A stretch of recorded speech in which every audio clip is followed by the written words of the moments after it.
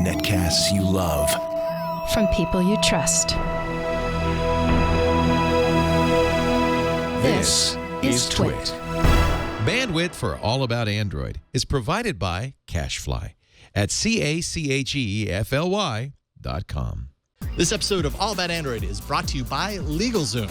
Visit LegalZoom.com to save on your legal needs and gain access to a network of legal plan attorneys for guidance.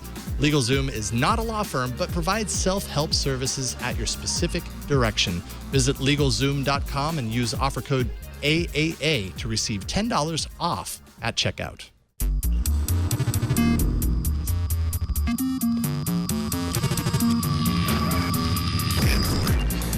Hello and welcome to another episode of All About Android, episode 181. Wow, recorded on Tuesday, September 30th, 2014. We're your weekly source for the latest news, hardware, and apps for the Android faithful. I'm Jason Howell.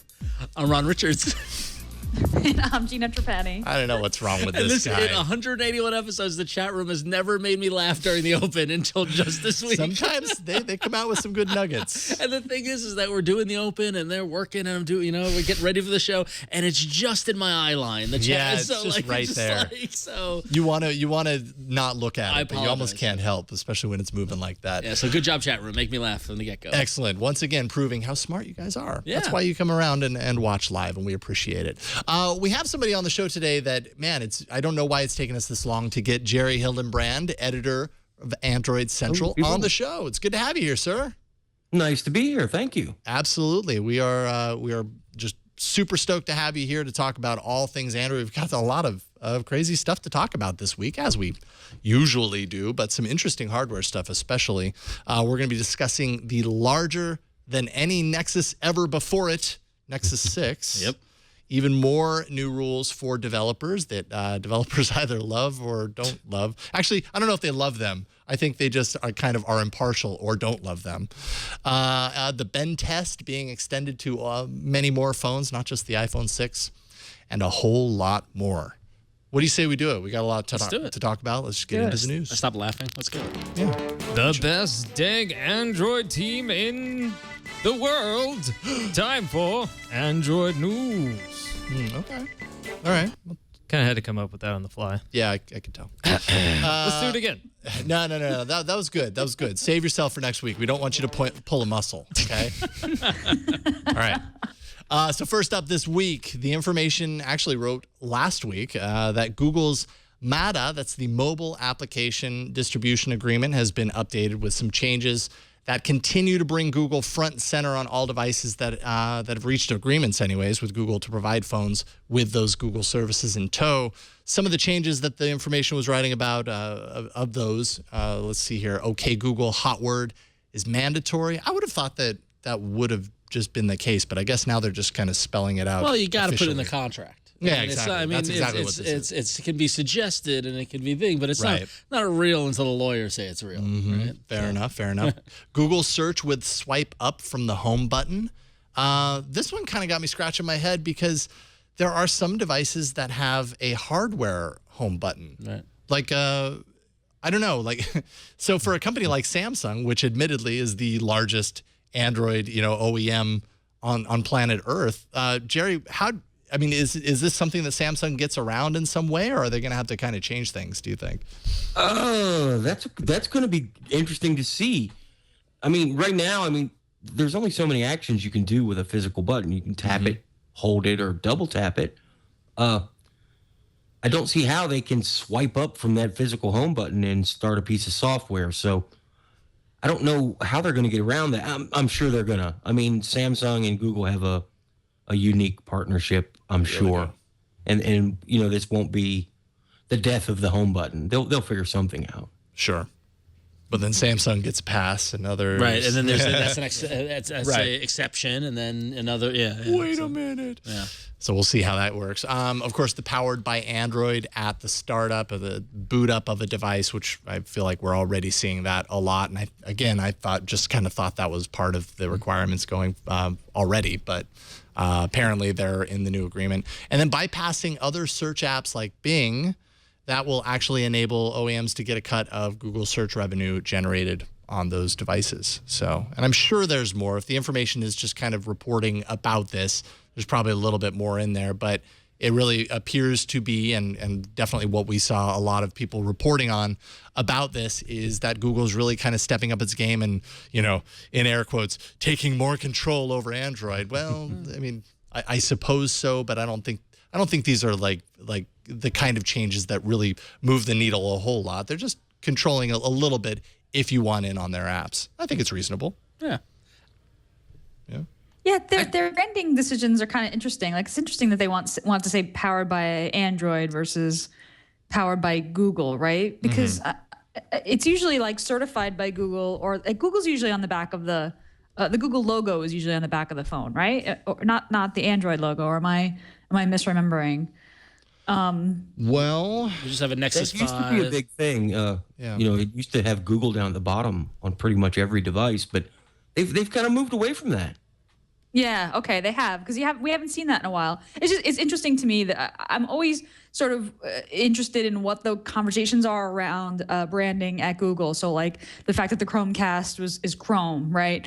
The fact that they want powered by Google at boot up. I mean, people aren't booting up their devices that often, but that's still a thing. And Android's still kind of a geeky brand, right? Like developers know what Android is. I guess consumers are starting to know a little bit more, but there's still a lot of fuzziness around that, right? And people thinking Droid. So anyway, that was interesting. But none of this seems too crazy otherwise, right? I mean, if it's a Google Experience phone, then none of this seems unreasonable to me. Yeah, and I think over time it makes sense that they'd add to it, so I don't think it's a huge deal. But yeah, I mean, I was just away for the weekend in Boise and talking to a few people here and there. And when I go to Boise sometimes and I talk to people about technology, they're friends, there are people and friends that I know that aren't necessarily connected into the technology sphere in the way that we are. And I feel like sometimes that's a gauge for how it is. And I do think that Android as a platform is pretty well known. You hear Androids or you hear the droids or whatever. I think we talked about that last week. And while that makes my ears hurt when I hear that, it at least tells me, and by the way, more often than not, I saw somebody with a Samsung phone when I was in Boise and looking around. You know, it's similar to what you do in Boise. And for some reason, when you're like, when I was in Boise talking, I just picture you like in an old timey town, like the street, and like you're just there talking to people at the phone. Anyway, but similar to you in Boise, I do it in the airport. Oh yeah. Whenever totally. I'm in any airport, I'm always looking to see what device, because everyone's always on their phones. And honestly, I'm seeing a lot more Android devices out there in the wild than usual. You know, like the big, the Galaxy Notes and things like that, and people tapping away at their text messages. But yeah, so I think it's getting out there more than we realize. And I think this, similar to some of the developer agreement changes that we're going to talk about later in the show, seems almost like a spring cleaning or a Labor Day cleaning. It really does feel like this last week or two, there's been some cleaning going on for sure. Yeah. Yeah. What do you think about the requirement to make sure search is Google search and they'll give you a cut? Doesn't that sound like it's a little dangerous direction for Google to go in with 80% of the world market share? It's a really good point. Well, but that's their business. I mean, like I'm not surprised that they would make Google be the default search. The revenue sharing aspect seems like it's like, we'll That give you a takes little piece it of the another action. that takes it another level though. Yeah, That's right. yeah. Right. That's Yeah. like, if you want in on the services, we'll give you a little cut, but you got to do this too. Huh? But then we'll give you some candy. Yeah. But it's not like they're keeping all the money for themselves. They're sharing. That's true. You know what I mean? Like, so it can be seen in a partnership-y kind of way. That's true, but they're in a very big position of power to offer that and be able to afford to offer that versus the competition, let's say. And I'm not saying that they can or cannot afford that definitively, because I don't know, but I imagine Google has a lot of flexibility in their funds to be able to afford to do this and not be too far out. And what do they gain from it? They gain Google everywhere. Right. And that, I think that's kind of at the heart of what you're talking about, Jerry. And I would agree that's potentially dangerous ground. But at the same time, are the Alta Vista people really going to compete? I hope that they do, because competition is good. I know, competition is good, but but when was the last time you went to Ask.com to look for something? Yeah, or when you went to Bing? Really, when was the last time you went to Bing? Well, I don't really go to Bing a whole lot, but I know people that do. When was the last time anybody went to Bing? Who do you know goes to Bing? Alex? There we go. Okay, so one of us goes to Bing. All right, that's one. You're the guy. I don't know. Yeah. And JJ to the 4884 in the chat room reminds you that AltaVista shut down. Ron. Yeah, I know. I Okay, feel like all right. AltaVista is the go-to joke when you're talking about a search engine that's not true. Google. That's so, yeah. Man, I was so excited about AltaVista in 1997. So was I. You're like, I was oh man, charged this up, is great. Fired up for AltaVista. Did you see that Yahoo shut down the directory? Oh no, I didn't see. Yeah, no more Yahoo shut down the Yahoo shut down Yahoo. Oh. They got rid of it. Yeah, can you believe that?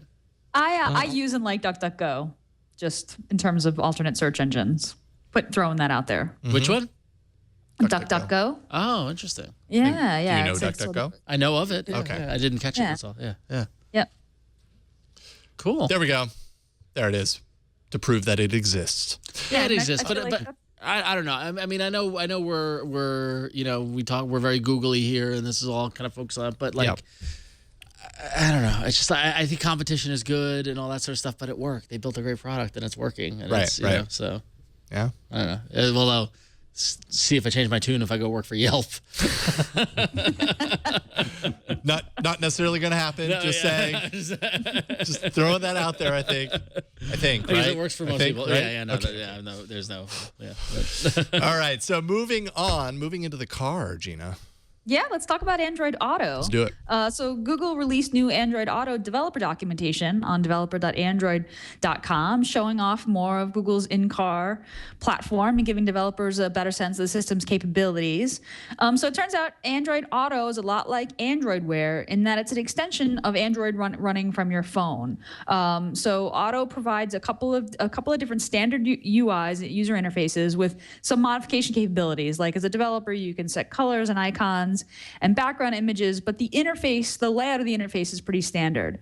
The first version of Android Auto will support music, podcast, live radio, and audio news apps. You can see some of the photos of the interfaces there. Thank you, Bryan. There's a day and night mode, and for developers, there's no new app is required for Android Auto. This is a lot like Android Wear. You build compatibility for Android Auto into existing apps, and it's relatively easy because there's not a whole lot of flexibility here. What you can do, you pick a layout, you customize it, and you're done. And the new documentation doesn't mention anything about version L being a requirement for Android Auto either. So that's good news, potentially good news for people who don't get L right away.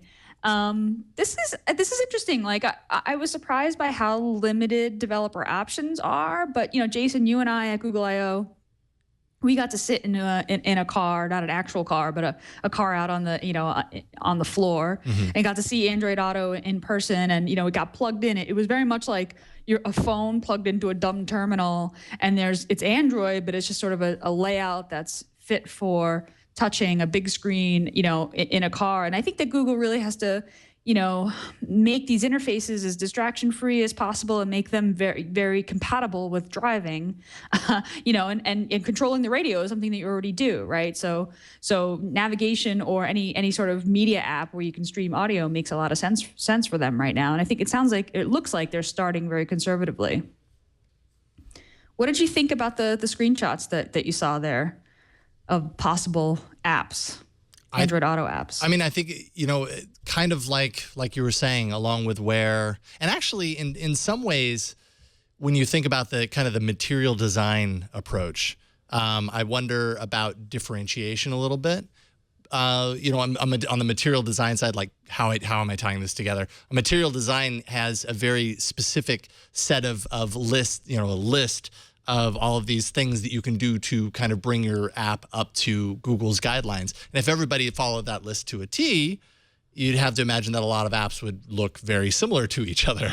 And so creating some sort of brand identity becomes a challenge for, people really trying to do that. In Android Auto, I think you have the same hurdle, but I think it's a good thing. Personally, I think it's a good thing because I trust Google more more as far as putting thinking and resources into what will not distract a driver when they're trying to do something, or the fact that they can or cannot do it while they're driving. Google, I think, has the resources and really has the reason to spend the time creating an interface that's going to work behind the wheel and be safe. And I think that's pretty important. So there's less choice for developers, I think, as a result of that. But I don't think that's a bad thing. This is one of those, I don't think it's a rare time, but a common time when you're talking about something and I'm looking and both Gina, Jerry, and me are all nodding in agreement. We're all saying yes. Yes, that's true. Preach it. I don't know. What do you think, Jerry? Do you think this is a good move? Do you like what you're seeing Yes. here? Yes, I mean, I personally wouldn't complain if it got even simpler and Really? a few options were pulled out. Everybody, including all four of us, are going to be messing with this when we get a car that has it, even when we're driving and we shouldn't be. It's true. Yeah. So take away our options to get super duper distracted. Keep other people safe from us. That's great in my book. Yeah. I Yeah, also heard a little bit of a rumor that future versions, they've looked into the idea of the moving state of your car. If your car is still and it's in park, you can have different UI options than when it's actually moving down the road, which would make perfect sense to me. Limit it to, let's say, a music player. Start, stop, next track, previous track. That's all you can do while you're driving. But when you're stopped, you can change playlists or whatever. Right. Yeah, or That simple makes a lot of simple sense. navigation things, or Yeah. I mean, the detecting the state and really being attuned to the car.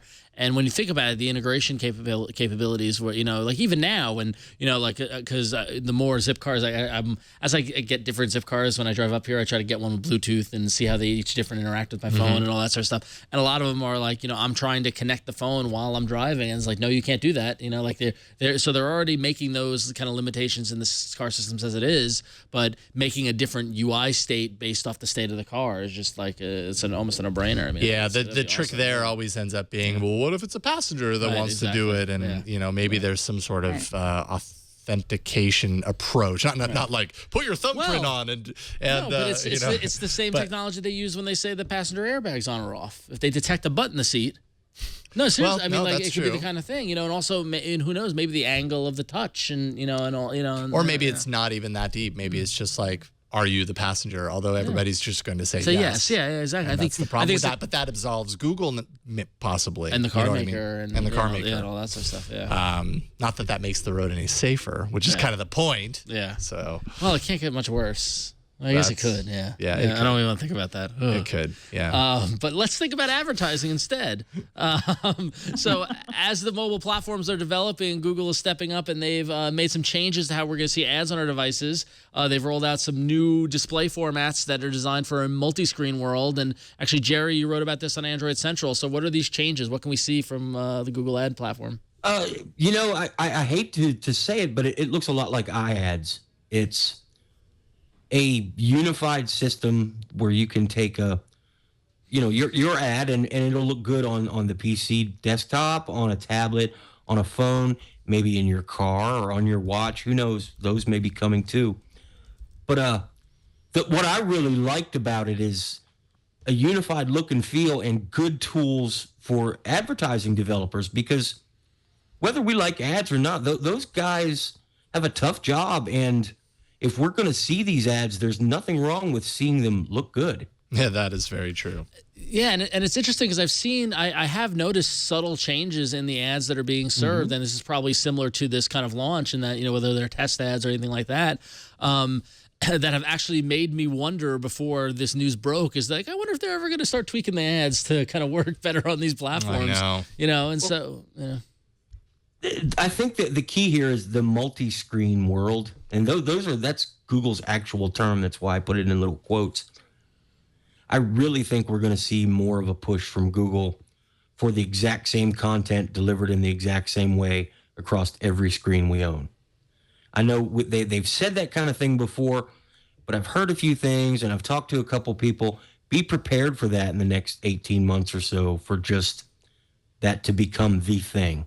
Yeah. And if you're going to do it, you have to do it for the ads too. Yeah. And that's the thing. When you think about the future of advertising, that multi-screen kind of approach that made me think about it. I mean, but as Chromecast, I know it's very geeky to be working with Chromecast and that sort of thing, but as I'm sitting there on my couch using Plex and Chromecast to watch something on the TV, and I'm holding my phone, and I'm checking things like that. Having an ad come up on the phone while I'm watching those are kind of integrations and that sort of thing, which I don't think is a bad thing. Like if it helps, subsidize or minimize the cost or whatever that you're dealing with, that's not the end of the world. As they say, somebody's got to pay for it. Yeah, exactly. Yeah.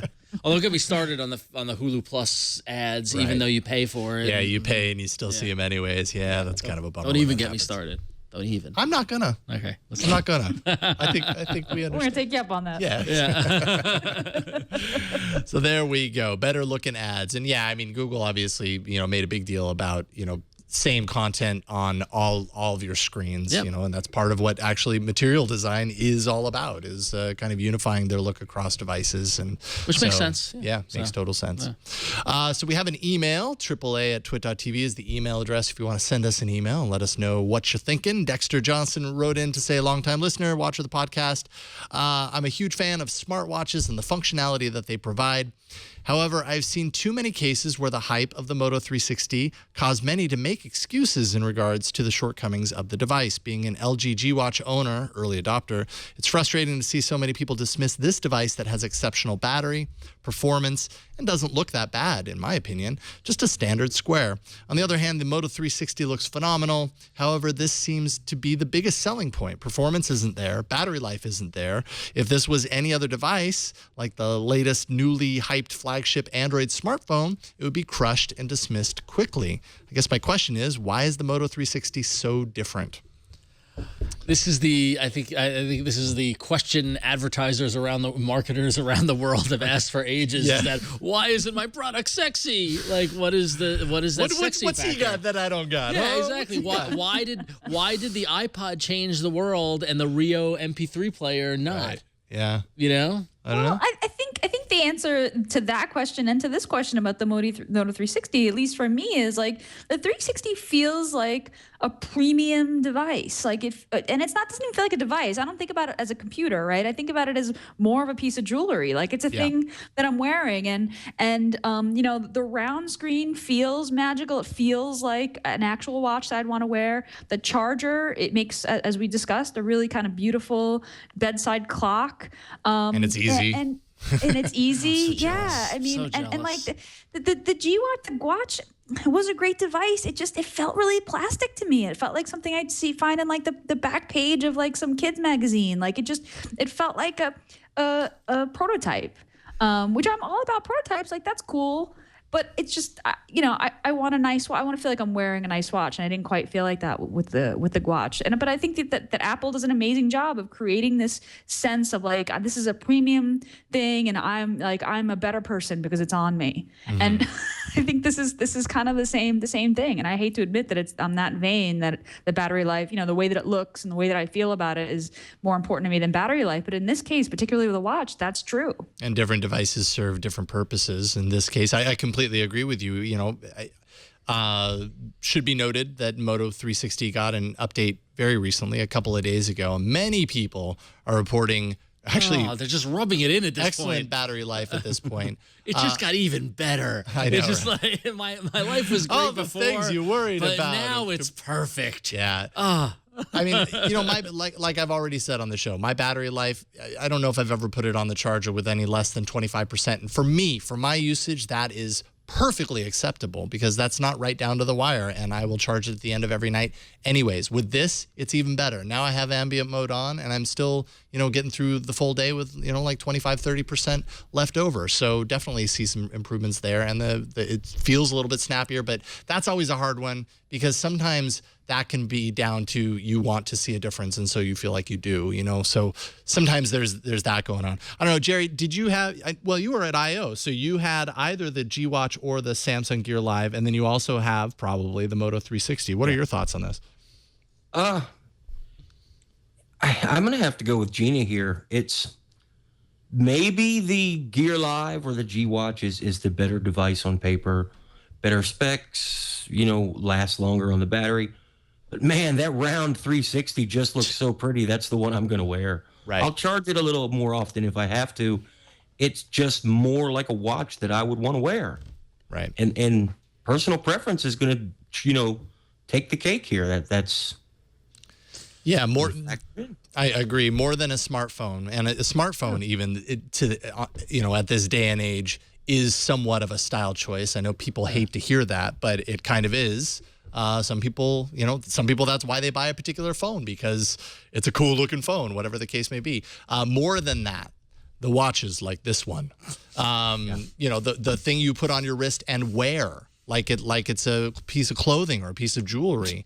You're kind of making a style decision, whether you like that or not. So hopefully you like that thing that you're attaching to your wrist every single day. Well, I mean, I think a lot of what the Moto 360 has going for it, which what I said earlier, is that sexiness and that magic factor. You know, what I mean, and it had a lot of hype, so a lot of people got really excited about it. And but you saw how stupid excited I got at the prospect of a circular screen, and you weren't the only one. And don't get me wrong, like I'm actually a big fan of the watch. Ever since I've gotten my hands on one and been using it, I've really come to like it, and the battery life is great, and the performance has been wonderful, and all stuff like that. But it wasn't that much of a step away from like the Pebble. Mm-hmm. You know, like it was similar kind of form factor. It's a watch, whatever. But the Moto 360 made you stop and look and go, whoa, you know. Mm-hmm. So yeah. So yeah, I don't know. I really want. Yeah, and that update really did. I saw that I got the software update. I didn't realize that it was such a big improvement to battery life. So I've had a 12-hour day so far, and I've got a couple of more hours ahead of me, and I've got 61%, and this thing has been buzzing on my wrist all day. And I have 61% left right now. So that update really did make a significant difference to battery life. Yeah. Mm-hmm. Excellent. So there you go. I think the moral of the story is everybody has a different definition of what that factor is. Some people like dubstep. Other people like round watches. Other people like square watches. It's each their own.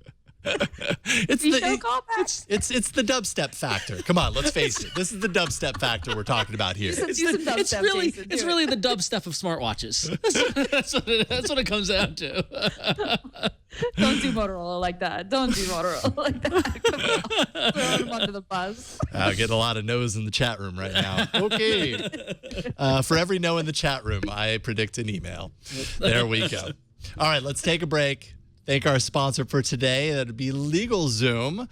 When you are planning for your future, you do financial planning, you get insurance, but to get real peace of mind, you got to make sure your family and finances are legally protected. So where do you turn for legal help you can trust? That's LegalZoom.com. For over 13 years, they've been helping Americans get personalized wills, powers of attorney, living trusts.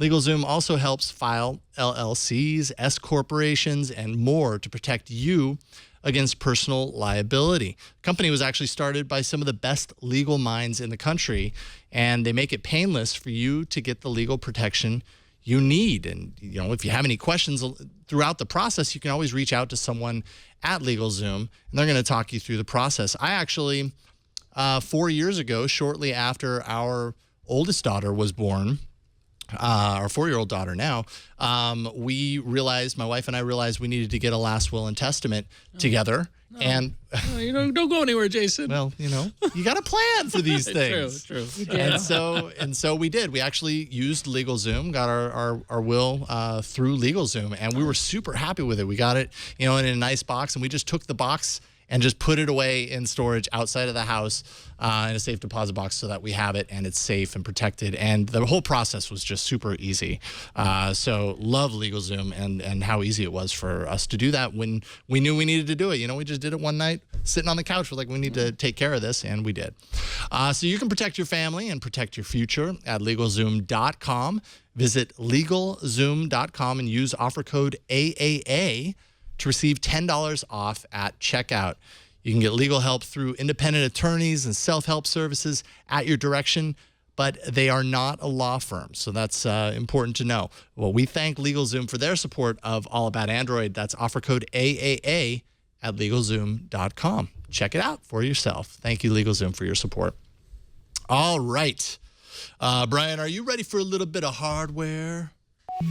Oh, yeah. I think. Okay, good. Yeah. Whoop.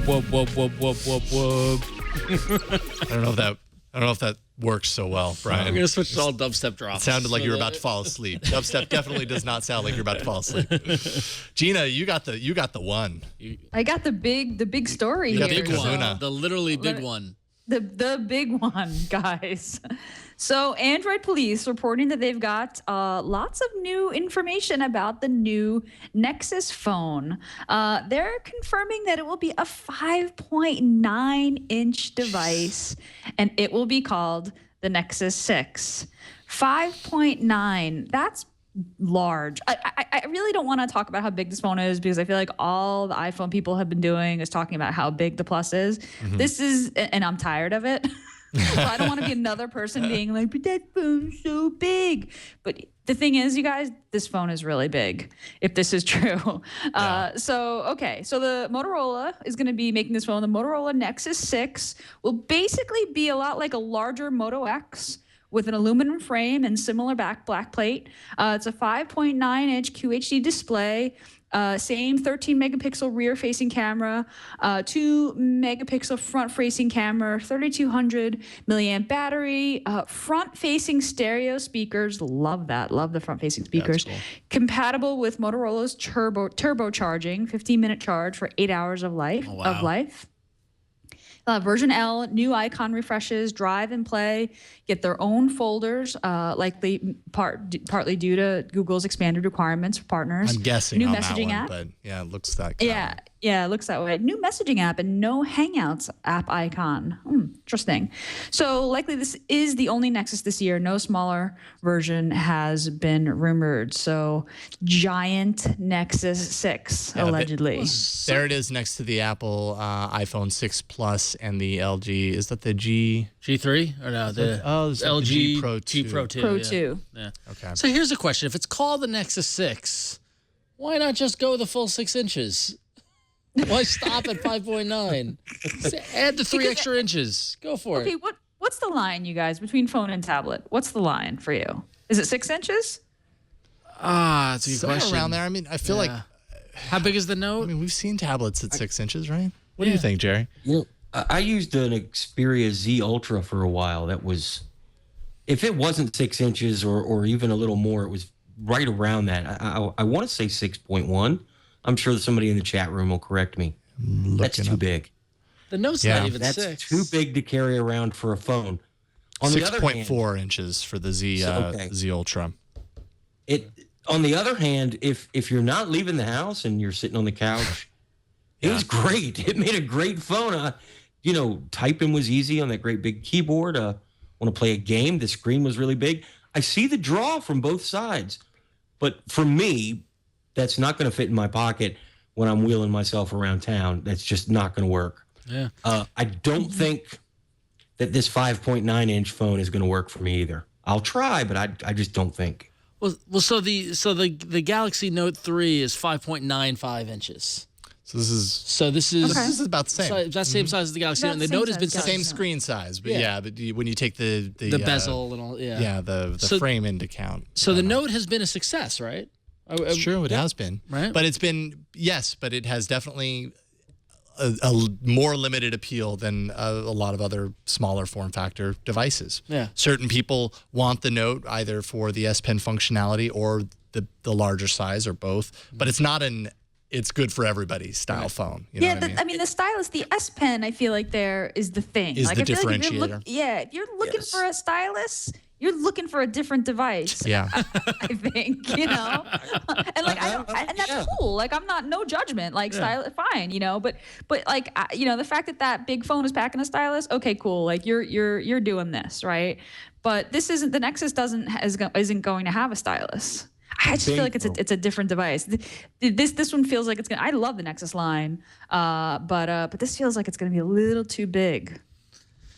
Yeah, I've been I've been Nexus guy since the Nexus 1, right? Man, I've been on a straight run of Nexi. Yeah. I don't know if I'll do this one. That's really big. Yeah. So Jerry, I have to ask this question: Google. Is there a reason why Google decided, because Google is largely in control of their Nexus program. They work very closely with the manufacturer. Of course, when this started happening, I'm sure the Motorola Google thing was a little bit closer than it is now. It's kind of splintering. Oh, they're splintering away from each other at this moment. But why? Why would Google say, you know what, the next Nexus should be an incredibly large phone? I mean, they've continued to go larger, so I guess, well, this isn't even a Nexus 5, but they've continued to go larger, so I guess it's not out of the realm, of believability that they might continue to push it a little bit more. But this is a big jump, and it's definitely a jump into a territory that a lot of people just flat out are not going to feel comfortable with and will not get it for that very reason. Why do they have an initiative, do you think, that that they're going to point people to because of this large size phone, or what do you think? I really think that they're going to continue to sell the Nexus 5. Yeah. And they just want to have a bigger option for people who want the bigger option. I mean, and that's just a gut call. I don't have any inside information on that. I do know that for them to make the new Nexus super phone, the hardware is not ready until the middle of next year. The hardware bump in specs, it's nice because of the increased screen resolution, but when you want the new ARM spec 64-bit chip, nobody's going to have any ready until sometime next spring. And they didn't want to go a year without introducing something. So, maybe they just wanted a larger option because a lot of people want it. 40 million people are buying Galaxy Notes. That's a lot of people that want that size. Yep. Yeah, I think that there's a demand for it. I think that they're smart enough or not smart enough, but they're at least wise enough to look at the market and react. And they're seeing the number of people who are reacting to the Note and saying, well, let's put out a Nexus. Clearly there's a demand for this. Yeah. It's certainly a stamp of approval. Yeah. In the same way that some people might view Apple saying we have a smartwatch as a kind of a legitimizing a certain category, the smartwatch category. Yep. Same could kind of be said for Google anointing a Nexus, their single new Nexus smartphone of the year to an incredibly large form factor. Yeah. And then the Nexus, whatever the next, I don't know what the next, not Nexus 7 because they already have a Nexus 7. I know. Yes, exactly. That's the next conversation is where to now? Where do you go? Yeah. Backwards, I guess. But yeah, and I think I would agree with that, Jerry. I think that's actually makes a lot of sense. The Nexus 5 is still incredibly capable. Yeah, it's still still my go-to. Super snappy. It's my go-to recommendation phone for people. I mean, I remember when it came out, we're like, whoa, that's a big phone. Oh, I know. Remember? That just keeps getting larger and larger. What we consider a big phone, you see. Exactly. We get more and more comfortable every single year with larger phones. Very strange. Well, speaking of larger phones and topics that we're really tired of, as Gina mentioned before, the iPhone 6 bend gate, as it's called, or the bending issue, has been one that has been talked to death. But this is actually pretty interesting. Consumer Reports compared the iPhone 6 to other large phones to see just how much pressure and force these phones can take. This is the kind of testing I like. This is the real world. So they did a bend test that added 10 pounds of force in succession and tested it across a bunch of different phones. So the iPhone 6 Plus bent at 90 pounds. The HTC One M8 and the iPhone 6 below that bent at 70 pounds. Okay, so they're tied. But then above that, the LG G3 bent at 130 pounds. And sure enough, the Galaxy Note 3, which is made of plastic, won at 150 pounds of pressure, of force, before bending. So, awesome. So there you go. This is painful to watch. Yeah. It is. But I love the fact that the folks at Consumer Reports are like, yeah, we'll take this on. We'll bend a bunch of phones. Sure. Sounds like a lot of fun. If they had tried an old Nokia candy bar phone, would it have broke the machinery? Yeah, exactly. Probably so. It's fascinating. I mean, the whole bend thing. I mean, whatever. I mean, it's but it's interesting to see it compared against other phones. I think which is fair. Which is totally fair. You know, we heard a lot about the iPhone 6 and that, and some people feel like nine reported devices bending is insignificant. Some people feel like it's significant.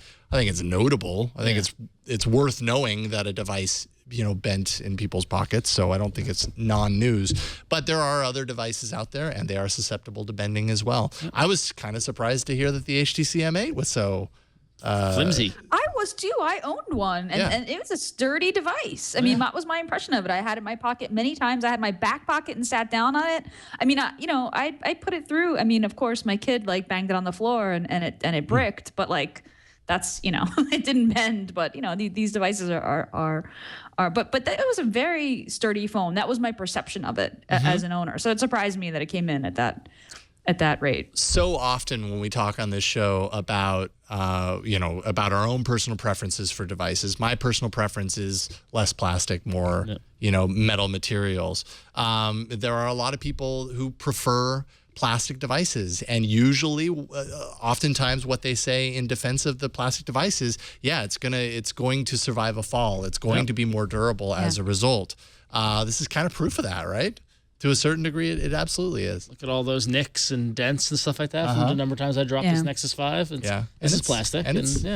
Yeah. So, although if you drop that on your screen, it's gonna die pretty quick. Oh yeah, no, I've shattered one of these screens before. Yeah. I also would be curious if I applied 90 pounds of pressure to it when they didn't compare this one. I thought it was interesting to see the iPhone 5 lasted at 150 pounds. Yeah, which is a pretty good measure. So I don't know. Yeah. Yeah. Well, there we go. See, iPhones aren't the only phones that are bending these days. Everybody breaks. Everything breaks. Bends. Sometimes. Well done. With enough pressure. New details around Project Ara, thanks to project head Paul Aramenko. Basically said Project Ara is going to run a modified version of version L that makes the modular hardware compatible with the OS, and that includes support for hot swapping. So the device could be powered on, and you could decide, you know what, I want a different camera. And you can do it kind of hot swapping on the fly, or at least, based on kind of this limited information that we have here. That wouldn't include the CPU or the display, things that you kind of need in order to, run a computer, basically. So I don't think you could hot swap those, and maybe not even memory, because it has to release the memory. I don't know. Right. I suppose we'll see. Modules will be sold in something similar to what we're used to, using the Play Store for other things, kind of be a similar style approach for Project Ara. And we can expect a demo of working Ara devices or of some sort in December. They have this kind of like recurring developer conference thing going right now, and I think they have their second one in December, so we'll see more Ara. I can't wait for Ara. Yeah, more and more. It seems like so much fun. And I would love to be able to just order different modules and be like, oh, cool, check this out. And I'll trade. Yeah. Like you can get together with your friends and trade modules. Let's hot swap. Let's hot swap. Want to get together and hot swap? We don't even need to turn off the device.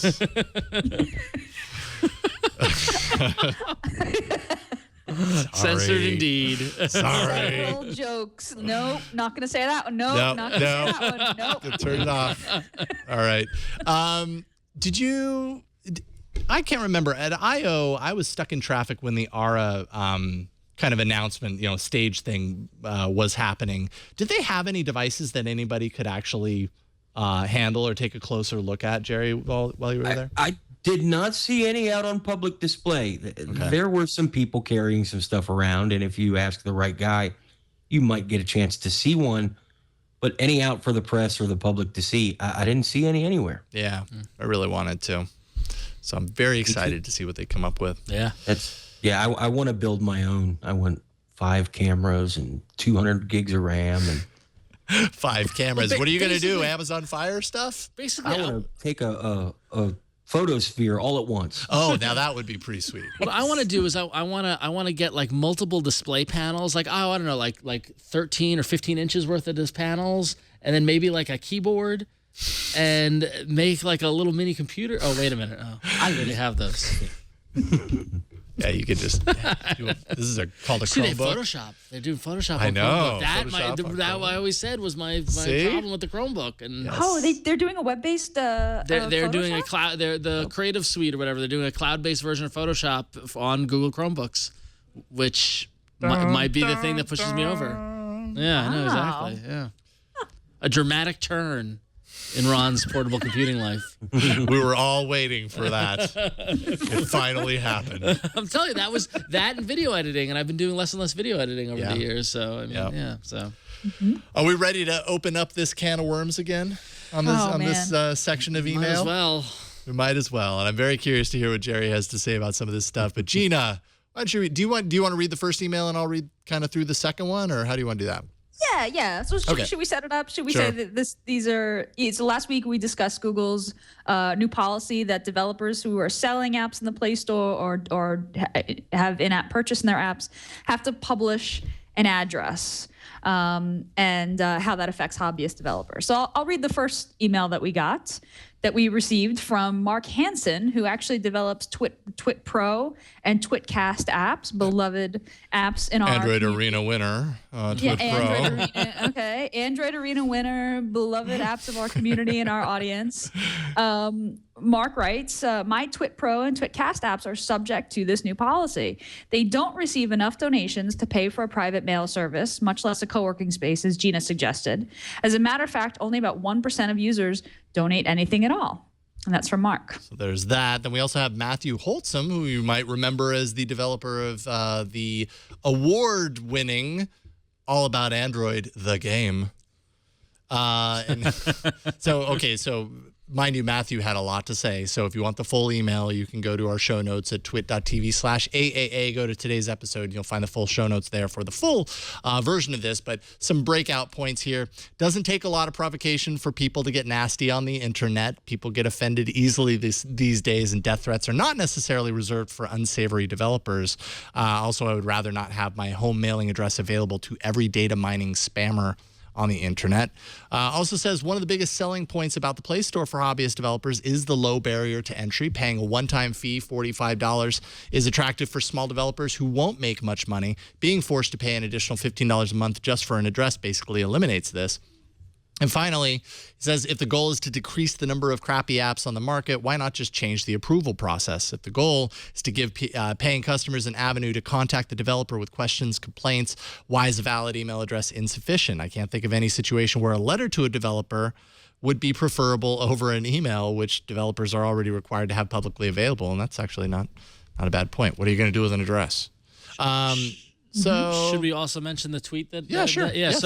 So then we also got a tweet from a listener, Yasmin Evgen, who said, surprised to hear Gina Trapani, Jason Howell, Ron XO supporting Google in making devs share their address, safety issue for women developers. Which is a very hot button issue right now. We're seeing a lot of that. So I absolutely understand the sensitivity there as well. So, okay, so we kind of talked about it a little bit last week.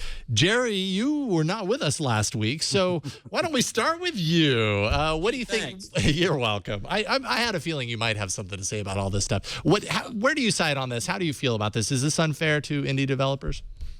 Yes and no. First off, it's to be compliant with law, especially in the EU. Google explained that's why they're doing it, to be in compliance. If you sell or provide a certain type of service, you have to have a physical address to go along with it. That's the law. We can like it or hate it, but it's the law. But on the other side, there's part of me, the consumer side of me, that says, hey, you want to take my money and you're afraid to let me know how I can contact you if you ignore my emails. And Matthew said, why is an email address not sufficient? Well, I can't serve a subpoena to an email address if I'm the type of idiot who wants to serve a subpoena. I mean, that's the only thing I could think of. But the other side of me, who is a hobbyist developer, I have dumb apps in Google Play, just toy stuff I've built. I can see why I don't want people to have an address, even if it's not my home address, even if it's just a post office box. I don't want to go to my, mailbox and open it up and there's some nasty letter saying that somebody's going to come find me and do something stupid. And we all know that can happen, whether it will or not, in a few cases. But it shouldn't have to happen to anybody. I see both sides, but I think what's just solidifies it for me is it's the law. It's going to happen. Just you're going to have to deal with it. If you don't want to write apps for Google Play anymore, be very vocal about why you no longer want to do it.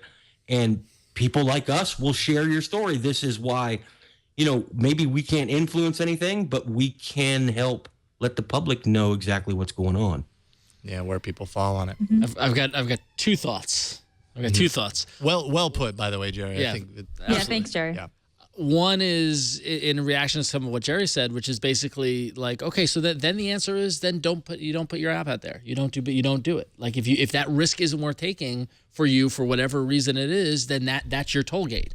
And so whether it's Jerry not wanting to deal with somebody who possibly might send him a subpoena or something like that, or someone who whether it's a woman developer or someone else anyone else who's afraid of violence or something like that, then you just hit your personal line.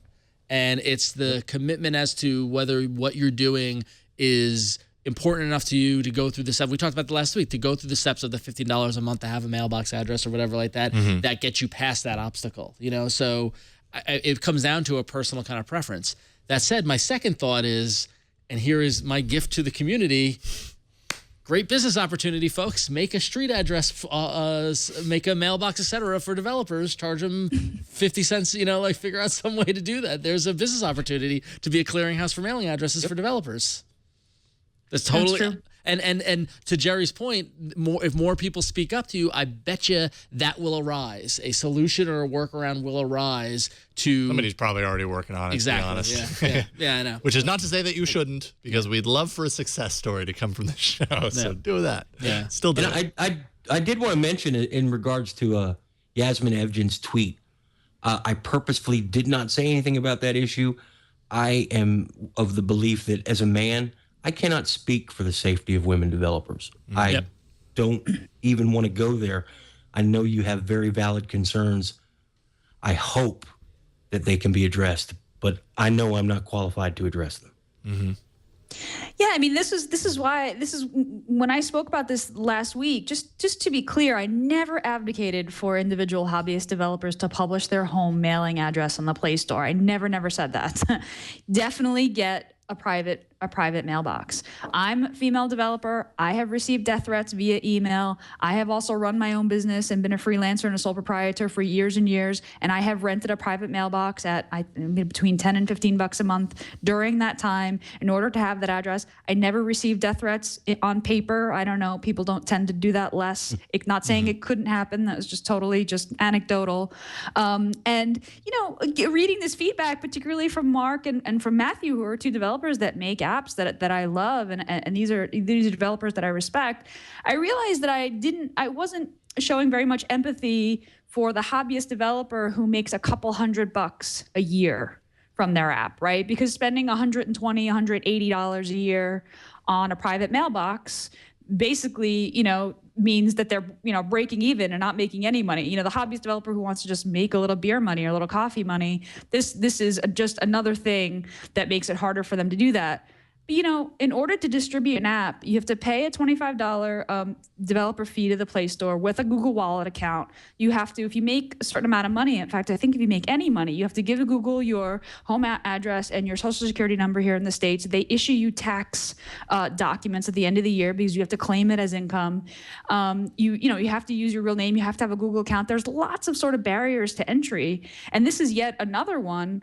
But I kind of, I hate to sort of defend a corporate behemoth over an individual hobbyist developer, but I'm thinking about it just in terms of customers. It is an issue, a legal issue, but I also just think as a customer, like if I'm gonna give you my money to purchase something online, I don't think it's that unreasonable to expect you to have an address. And it does make me sad that this might mean that hobbyist developers might have to make their apps free because they'll lose money if they have to rent an address.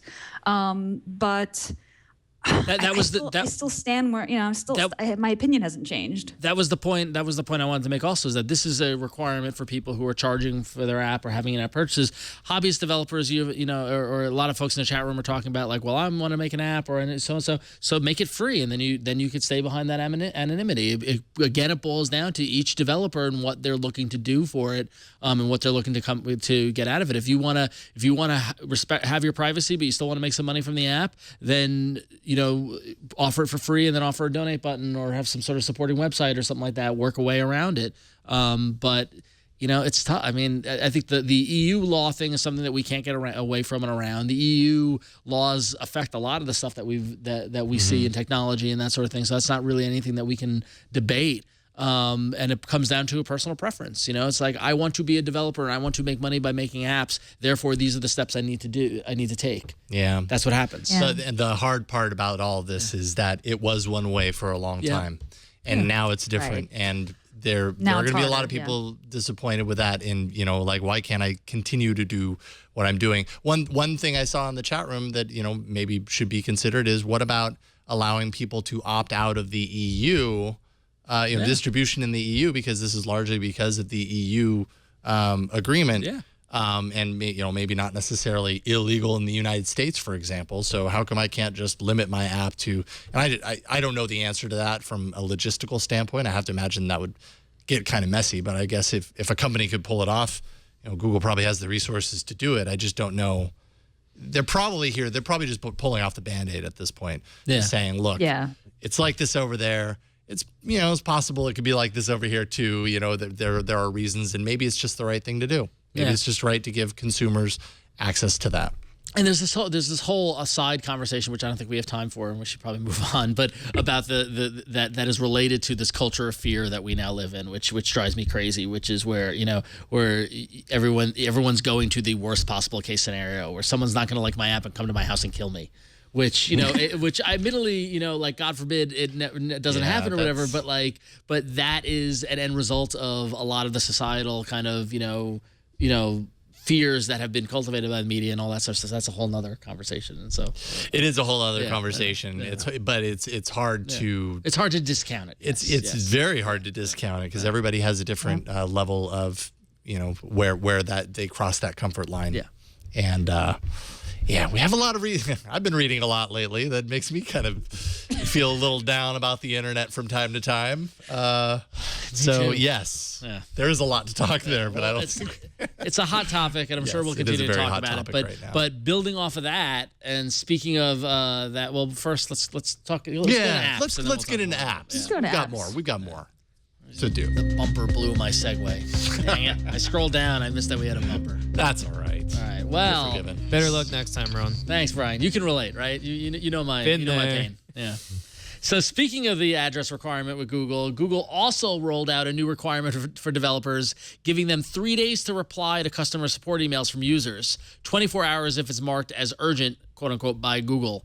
So basically, adjusting the way developers interact with their users through the Google Play environment, putting a timestamp around 3 days to respond to something, or 24 hours when Google decides that you need to respond within 24 hours. Is this the kind of thing that is going to work against, hobbyists or internet, kind of feels that way, right? Yeah. I'm more upset about this than the I know. the address This is thing. kind of a big deal. What if I'm on vacation? Yeah, that's a good point. That's a great. Yeah, was there an out of office option? Is there an out of like unavailable? If you're Dom Nguyen and you create Flappy Bird, you're one dude create Flappy Bird, and suddenly it goes ballistic like it did. I have to imagine a lot of people are contacting you with issues directly as a developer. I haven't seen that firsthand. Jerry, you actually probably could tell me better than I could, because you have apps in the Play Store. Do people use this a lot? And is it pretty safe to say that this could be pretty unmanageable pretty quickly? In personal experience, no, I haven't seen this used very often at all.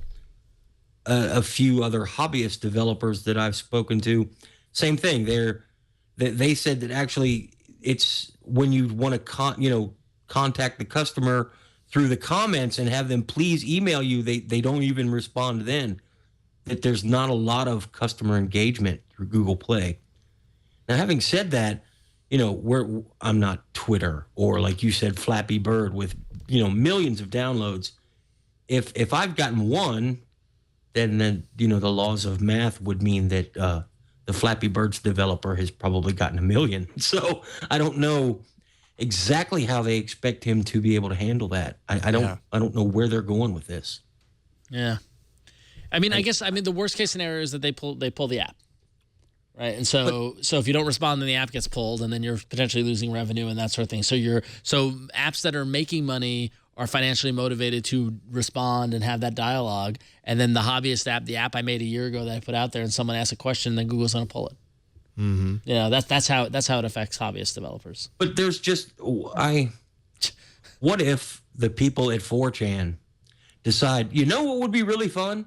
Let's take this very popular app in the Play Store that everybody loves, and let's all email the developer 1,000,000 times, filled with questions, and try to get Google to yank his app. Yeah. That's going to happen. Yep. Can it be gamed? Yeah. Right. Well, We're gonna DDoS this indie developer because we just don't like them. Yep.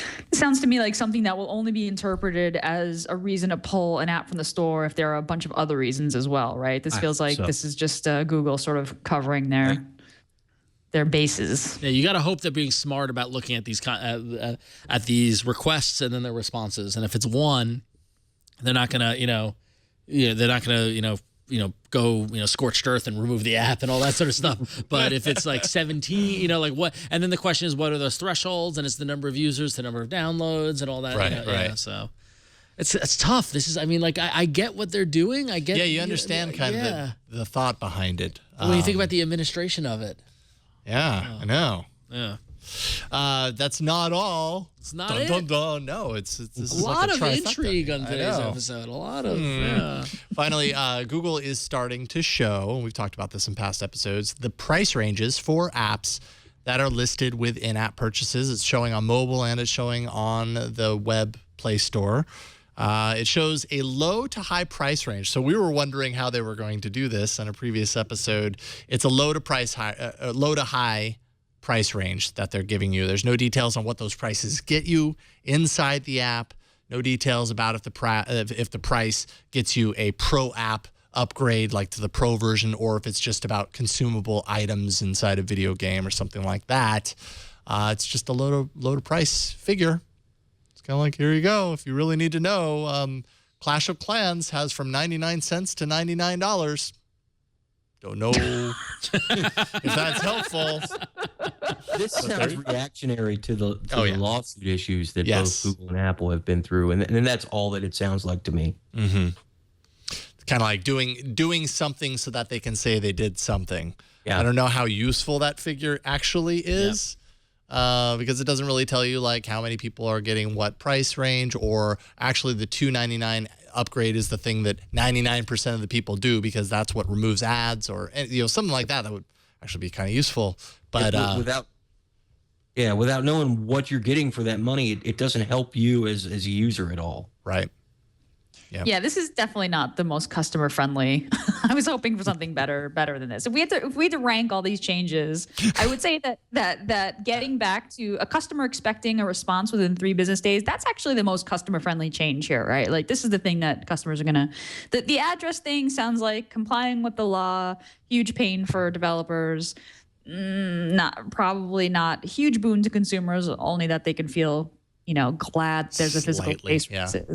And the in-app purchase price listing is like a start, but doesn't tell you anything really. 99 cents to $99. Like, okay. Although, man, some of these games and stuff, they have so many in-app purchases. Could you imagine if they listed them all? Oh, geez. And then if they decided to change them or add something, or and then, add something yeah. in, just the management and maintenance of Have a that. sale. Well, But what I want to see is the average, right? Like, Yeah. what's the average amount of money that people that would spend be on this easily app? done. Yeah. Or Yeah, that would be awesome. so says people who don't do this stuff. But I would imagine that would be pretty easy to do. So, all right. Well, there you go. Cool. A trifecta of things that independent developers might not be too stoked on. Sorry, guys and gals. Gina, what else? We had this app in the arena. I think this was your app in the arena. This was my app. This was like this. I feel like this was my arena highlight of the year. Yeah, really. Push Bullets, an app that I love and is still installed on my phone and all my devices, and won the arena that one time. They're constantly releasing new features, but a particularly interesting one just got released this week, I think just today. Push Bullets taking on IFTTT with channels. So you can create a channel of your own that pushes notifications to your devices when a certain thing happens. So channel creators can choose to send at any time to subscribers that channel. So like you can have, say, like an RSS notification of when Android Central posts a new a new article, for example.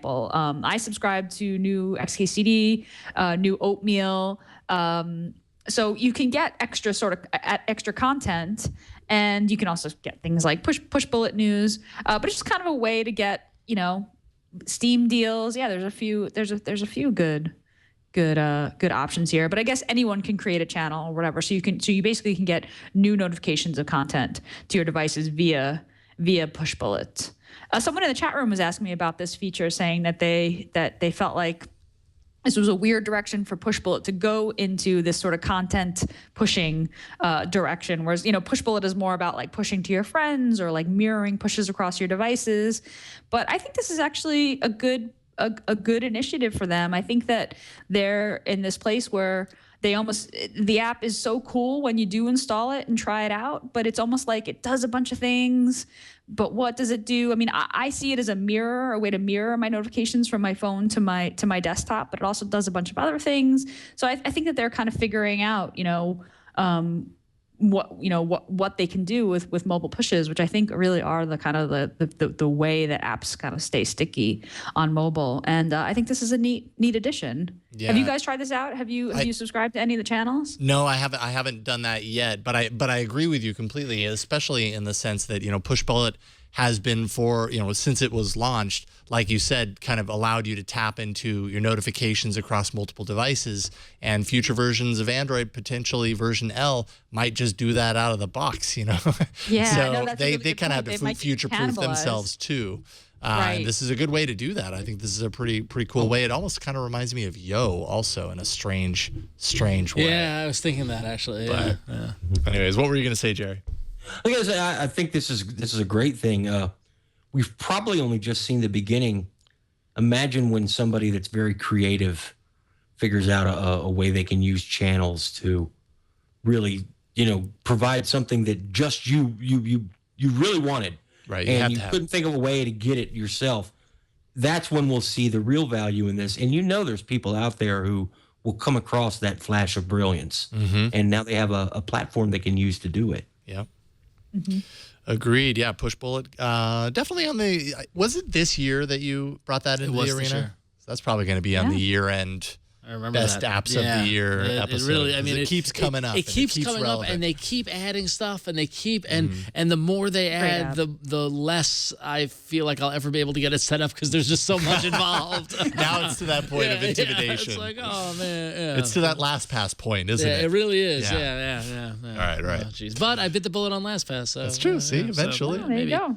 I too can change. So. All right. Well, let's I can do it. You can do. We got an email with a couple of questions from Mark, who writes in and says, my work required that my Android device be encrypted if I wanted my work emails on my phone.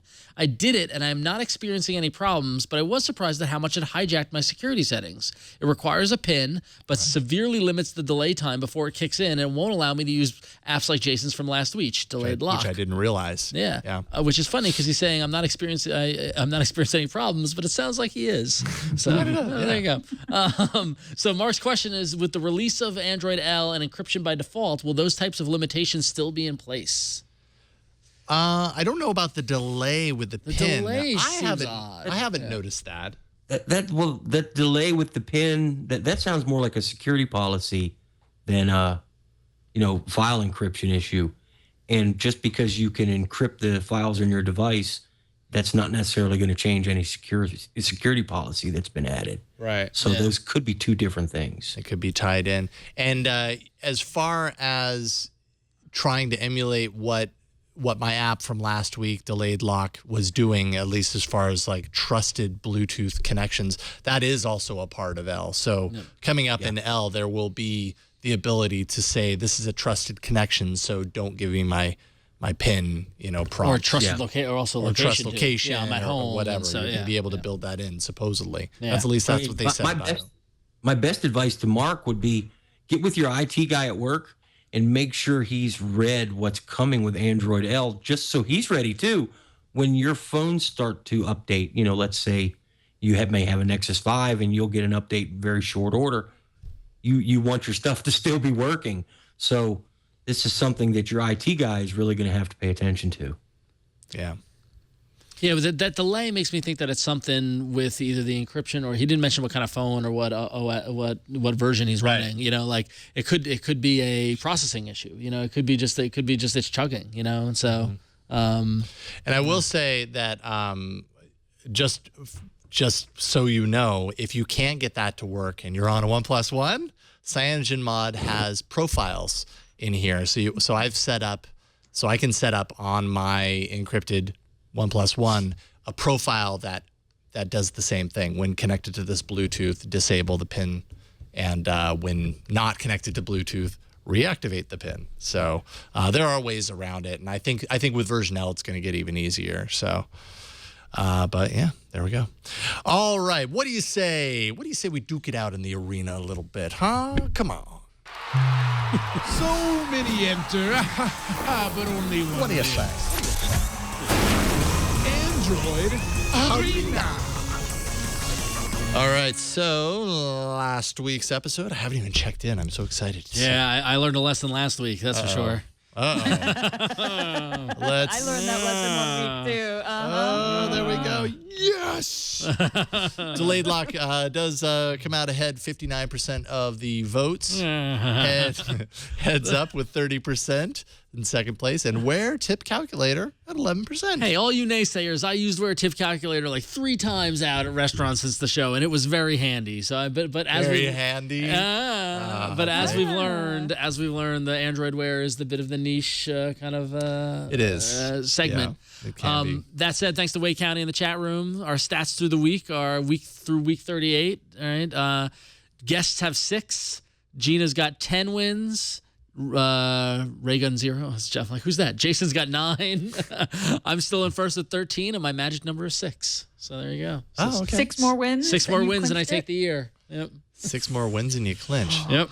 I'm not giving up easy. Not giving up easy. 6 is a lot of wins. 6 is a lot of wins. No, I know. Luckily, it's still September. You don't want to. You don't want to fail there at the end. I know exactly. I don't want to. You want to see this through to the end if you can. Jeez. No pressure. or No anything. pressure. No- So, yeah. What app do you have, Ron? Well, I figured I'd bring it this week, and I found a really cool app called Digify, which is a way to get a little more control over files you might share. And also have a little added layer of protection. I often use hightail.com as an app I use a lot to send files. A lot of people share Dropbox links or things like that, or even Google Drive links where you say, hey, check out this file or something like that. Digify is neat because it integrates and it works directly with your Dropbox and your Google Drive accounts as well as your local storage. And what it does is you can send a file to someone. It adds a layer of protection, it adds a layer of security, and then it also gives you added statistics and information about how that file is accessed and gives you a little more control over when and how that file is used. So I'm going to pull it up right here. When you load it, you've got these 4 kind of main tabs. You've got the share tab. You've got your files that you've received. You've got statistics on the files that you've sent, and then of course all your settings. So what you can do is when you set it up, it's real simple. Just to log into your Dropbox account or detect your Google Drive account. I'm going to try to do this somewhat subtly here so I can hide any personal information. But I'm going to go to my Google Drive account, and here I've got some old tickets to the Mets game it was on a Wednesday on July 10th. And let's say I'm going to the game and I'm going to send it. I want to send the tickets to the person I'm going to meet there. So I'm going to type in my email. Brian, if we can cut away for a moment. Thank you. Yeah. There you go. Very nice. All right. So actually, can you zoom in maybe? Yeah, okay, cool. So if you can zoom in on the app, what you can see is, I will actually erase. There we go.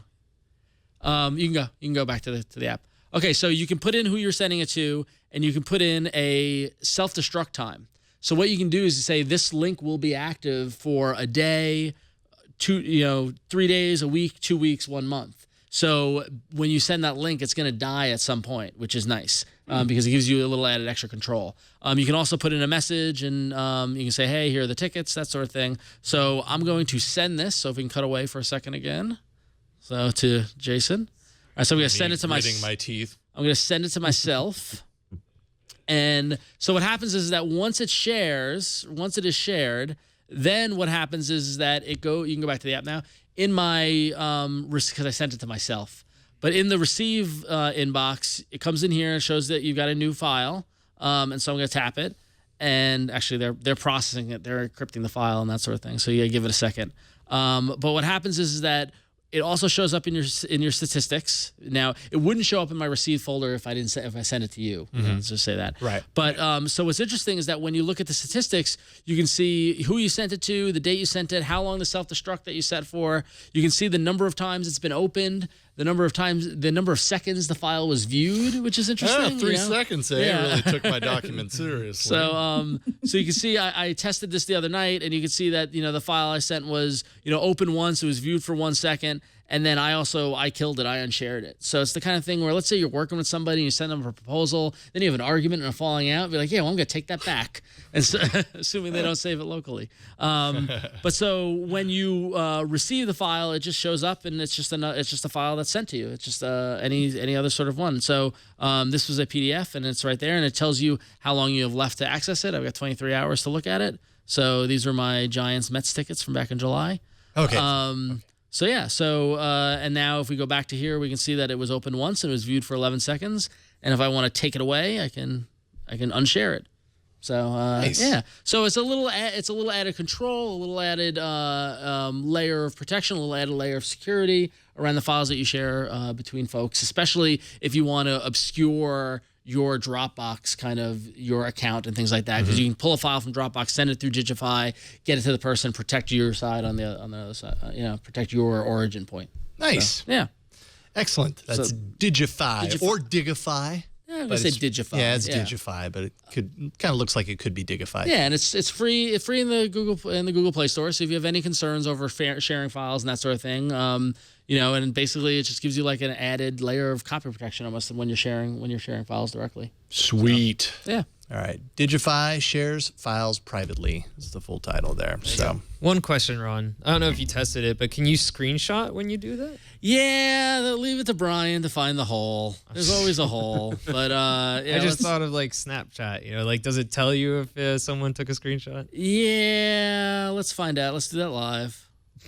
We'll do it live. We'll do it live. I'm fine with that. So there we go. Ready? And couldn't capture a screenshot. Cool. Boom. That's awesome. Damn. Boom. Nice. Couldn't save screenshot. Storage may be in use. So there you go. Nice. Yep. So little added protection, cop protection. They've thought about things that Bryan thinks of.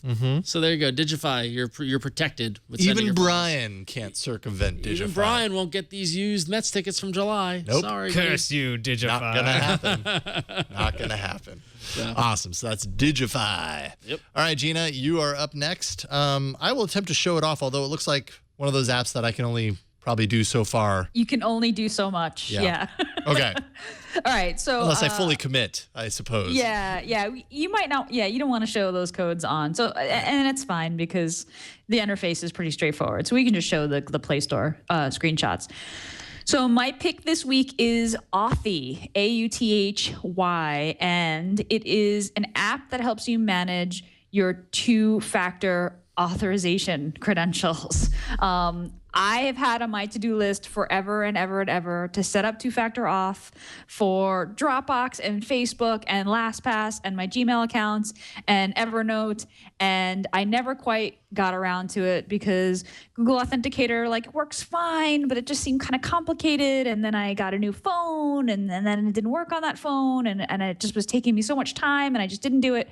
Authy was the solution for me. So Authy makes it really, really, really simple to set up two-factor auth in all your favorite apps that you use. I mean, and really the list of apps is huge. Gmail, LastPass, Facebook, Dropbox, Evernote, Outlook, AWS. I mean, really any app that supports two-factor auth, Authy supports. And the interface is just really nice. It makes it really easy to set it up. It gives you a verification code. And what I like about Authy over, say, Google Authenticator is it supports multiple devices. So you can turn on multiple device support, and it works on your tablet and your phone, and there's even a desktop version for Chrome. So whatever device you're on, if you're trying to log in, it makes it as easy as possible. Let's face it, two-factor auth is kind of a pain, part of the reason why I haven't done it. But Authy makes it as easy as I've seen it. The interface is really, really simple. You can see in the hamburger menu, just pulls out all your accounts are right there. It easily supports multiple Google accounts, multiple, various accounts that you're using, WordPress, whatever. And it shows you your code, and that's it. Super simple. You can also lock Authy with a PIN code, which is something you can't do with Authenticator, which is kind of an added layer of protection. I mean, of course, then you're entering a PIN code to get a verification code to enter to log into your app. So then it suddenly becomes 3 steps. But if you're concerned about security, you can do that. And like I said, you can set up sync across multiple devices, or you can leave that off and just make it your one device. Authy works on iOS, and it works on Android, and it works on the desktop. The desktop really kind of blew me away, because I was like, oh, okay, great. I don't have to hunt down my phone when I've left it upstairs and I'm trying to log in to my account downstairs. So I really, really like Authy a lot. It's totally free. And yeah, that's it. 2-factor auth, made easy. Nice. Yes, 2-factor auth is another one of those things that I keep meaning to hold myself to. Keep meaning to do. Yeah.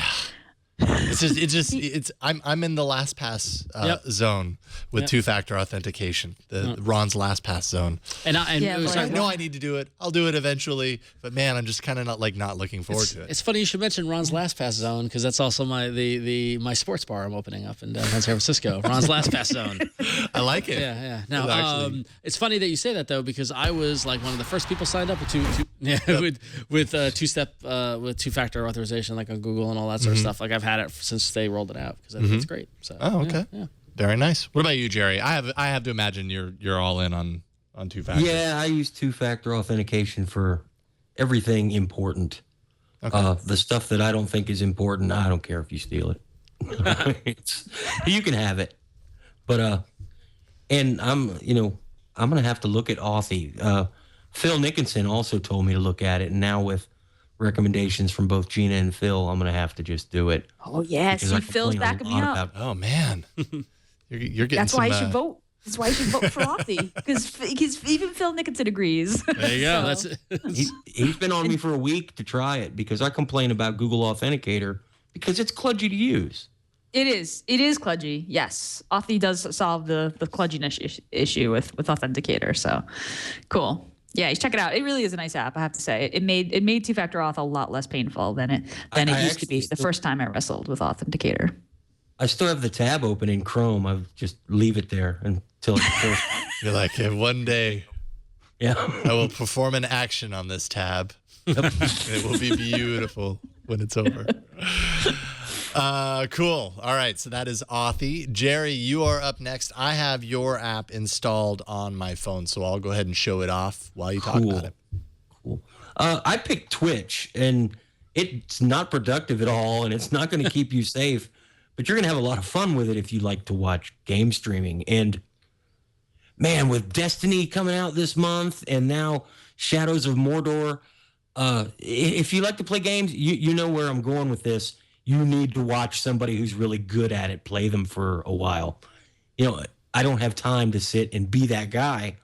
So I use Twitch to watch it on my tablet while I have the PlayStation fired up and say, okay, so this is how this guy got his level 29 wizard gear.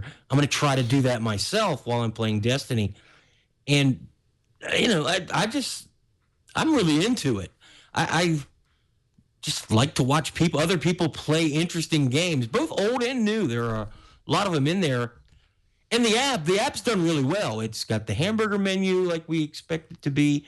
You can sign into the network. You can interact with the streamers and other chatters. And it has Chromecast support. So if I see something that I want, somebody else in the room to look at, rather than say, here, look at this on my phone, I say, wait a minute. And I switch over to the Chromecast and we can watch it on the big screen. And I don't know, it lets me live through some of these streamers who can do the things that I just don't have time to figure out how to do. That sounds horribly sad, but it's true. Twitch streamers, I love you and live my life secretly through you. There we go. So Twitch. That's great. Yeah, and the Chromecast. I've heard everyone talking about Chromecast, and also just kind of how strange it was that, with Twitch now being an Amazon property, that Chromecast kind of happened, and like, are we ever going to see that on No. No. On instant video. I hope so. We just finally get instant video on all Android devices. Now it's like, yeah, but what about Chromecast? That was my next question. Remember, that was like the immediate thing I said. It totally was. Yeah, it's well designed and everything. Well, yeah. If you, I don't know, if you've never watched somebody streaming a game, do it. It's addicting. Oh, it's real addicting. Well, especially because the players aren't, or I have to imagine, at least the ones that I've seen, they aren't just kind of sitting there just saying nothing and playing a game. Oftentimes they're talking, they're entertaining. They're a show in and of themselves, let alone the game that they're actually playing. And Twitch does a really good job of having, I don't know what algorithm they use or what method they use, but the best content really does float to the top. So, you've got a list of, you're watching Madden NFL. I watch those streams too. But the first page will have really great streamers who not only are very good gamers, but they're entertaining. See, this is for the football fan that, for all the days where there aren't a football game, go watch other actual football games that you still don't know the outcome because it's... I should mention, if you've got kids, game streamers can be a little crass. Yes. So that's something one way to put it. That's shocking.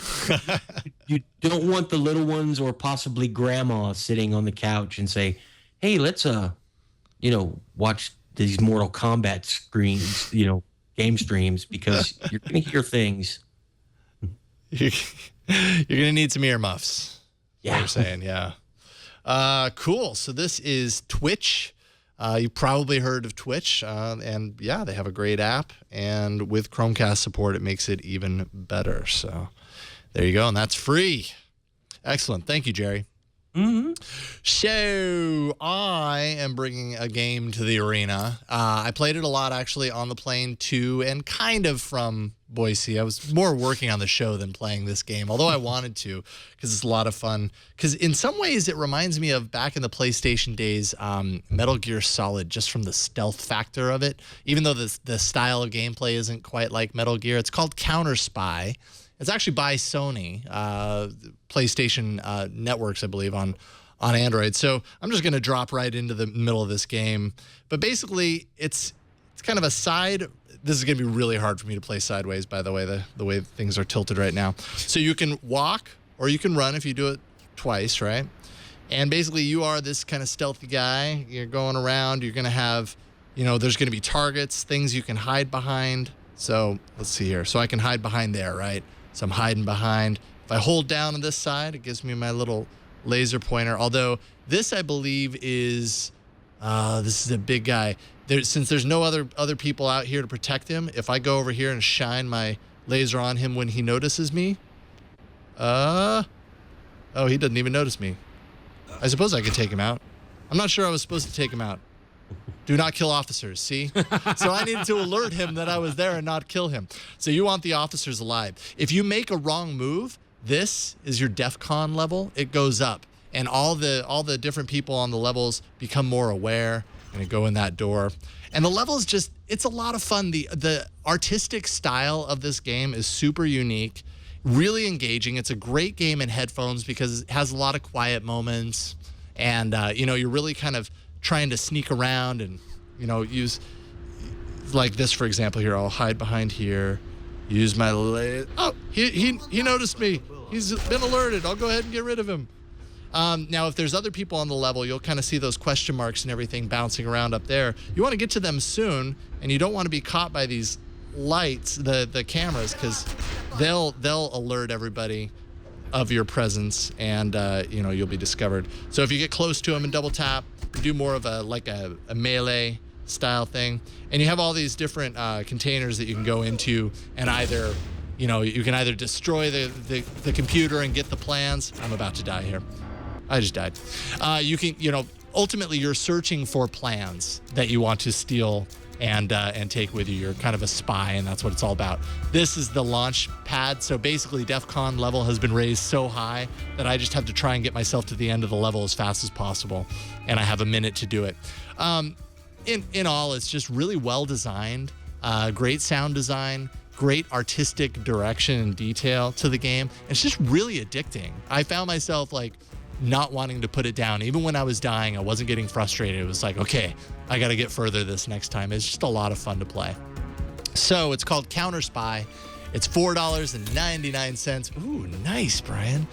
$4.99. It's made by Sony, the PlayStation Network, and it's just a great designed, excellently designed game for Android. Highly recommend it.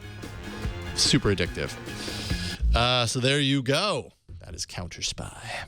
So we have 4 apps / games in this week's arena. You can go to AAApoll.com/181. That's AAApoll.com/181 to vote for your favorite. Is it Counter Spy, Digify, Twitch, or Authy? We have 3 apps that end in Y. No kidding. Yeah, I noticed that. Twitchy. Should have been. Twitchy. There we go. Authy is coming out ahead. No doubt because of the Phil Nickinson bump. Yeah, exactly. That Don't say that. I have to work for him tomorrow. He's going to be like, so, have you installed it yet? Fine. That endorsement goes a long way. I know. Yeah.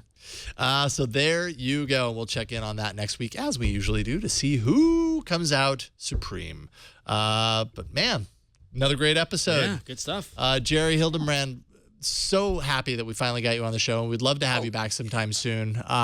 Where can people follow your work online? You can just basically talk about whatever you got coming down the pipe. I do my work at AndroidCentral.com. You can find me on any of the Mobile Nations sites across their network. You go to MobileNations.com to see them all, but mostly at Android Central. You can see me playing around on Google Plus, mostly just plus Jerry Hildenbrand. You'll find me. And I'm trying to get back on Twitter. I've been ignoring Twitter for far too long. I had a spam issue, and Twitter has fixed it, so I should give them another chance. You can find me there at GBHIL. That's my old bulletin board tag name, GB Hill. Nice. Stuck around. But I love to talk to people, so holler at me. Right on. Cool. Jerry, really appreciate it. We'll have you back soon. Oh, yeah, this was a blast, guys. Right on. Thank you, sir. Yep. Thanks, Jerry. And Ron, what about you? Well, I never left Twitter. So, Okay. yeah, so I'm still there, still kicking all these years later. Wondering why, though, and wondering if we shouldn't have left a little. You're wondering if maybe you should go to LO. Yeah, I'm there already, unfortunately. Yeah. But anyway, so I'm at twitter.com/RonXO. I'm also on LOLO.co/RonXO. About.me/RonXO. You can find links to all that stuff, except for LO. I haven't even touched my I was going to say, button, I probably need to add LO to my about. I set it up. I squatted my name and just walked away. And I posted a couple of things. That was it. But anyway. Me too. But yeah, you can find all that stuff over there. And by day, I'm over at Image Comics, at imagecomics.com, making some great comic books for you to enjoy. Yeah, you are. So yeah, check it all out. Radical. And Gina, what about you?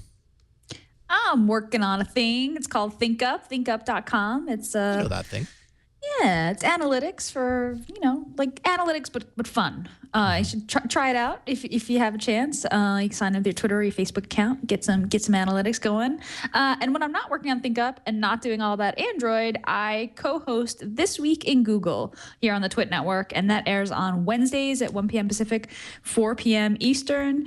And I'll be on tomorrow. I'll be on with Jeff and Mike. I think Leo's out this week. That's right. So that should be a fun show. So then we talk a little bit about Android, a lot about Google, and a lot about the cloud. So yeah, stop on by. Excellent. Thank you, Gina. I got my Facebook working with ThinkUp now, so I'm getting Lots of analytics insight, on lots both of of them. insights, Yeah, it's awesome. Awesome. What about you, Bryan? As soon as I turn on my mic. Oh, there yeah. we go. There he is. So when I'm not doing all about Android, I do a how-to show with Padre, who sometimes Nah, doesn't look like he's around tonight. he's drunk. He's drunk. He usually walks behind me when I do this part. But actually, last week's know-how, I played with an app called Facer. So if you do have an Android Wear... Just got this app last night. Okay. Yeah. So I did a little how to make your own custom design on your Android Wear device. And that little design in the picture there took me about 15 minutes. So that's why it's really, really crummy. But cool app. So check out know-how if you want to find out more stuff like that. Nice. That is a very cool app, and I was like, oh wow, this is so cool, and I have no time to do this. I know. I think I did the same thing. I downloaded it. I'm like, yeah, I'm gonna totally. Yeah, no. Never. I was like, oh, I could totally take that Star Wars. Oh no. I was like, squirrel. Yeah, exactly. No, I can sit on the couch and watch Grey's Anatomy instead. That maybe not Grey's Anatomy, but something. Yeah, something equally hour-long drama. Right. Yeah, I'm still working with it. If you really put in the time to do like a background, you could do something really neat. But well, it has all that cool programming. You could because the thing is like. I have a specific way I like to see my date and time and also, and it has all that. It's like all, so. Yeah, it has like its own code system and stuff for putting in info. This whole tagging thing, it was pretty cool. I've thought about it for the arena, but as we learned, Android Wear is so niche that it maybe I just blew that. So there you go. What about you, Don't Jason? let that hold you back, Ron. I know. You can find me at about.me/Jason Howell. You won't find my LO link there, but I think I'm just Jason Howell. What about your yellow? Oh, you won't find my LO, but you'll find my yellow. Sure, you'll find that there too. yellowgoldmusic.com. And of course, twit.tv/bestof if you want to help me gather clips for this show for the end of the year. We have a best of episode that we will surely have to present for you of the best moments from the year. Any information you can give me is helpful. If you remember that one time on that show, that one month, that's not so helpful. But if you remember that one time on that show that happened on this day, that's more helpful. And if you know the time, that's even more helpful. But whatever you got, I will accept it all, and I will keep my eyes posted for whatever you happen to post, as long as it's a real moment, not fake. But that is it for this week. Thank you so much for joining us once again. You can leave us a voicemail at 347-SHOW-AAA. You can always send us an email at AAA@twit.tv. We're on Twitter. We're at Android Show. We're on Google+. Just search for us there. We have a subreddit, twitaaa.reddit.com. That actually helps me to put the show together, know which stories you like. Show notes and past episodes are found at twit.tv/AAA. We also are on YouTube and iTunes, of course. Finally, you can catch the show live every Tuesday starting at 5 p.m. Pacific, live.twit.tv. That's it for this week. We'll see you next week on another episode of All About Android. Bye, folks. Bye.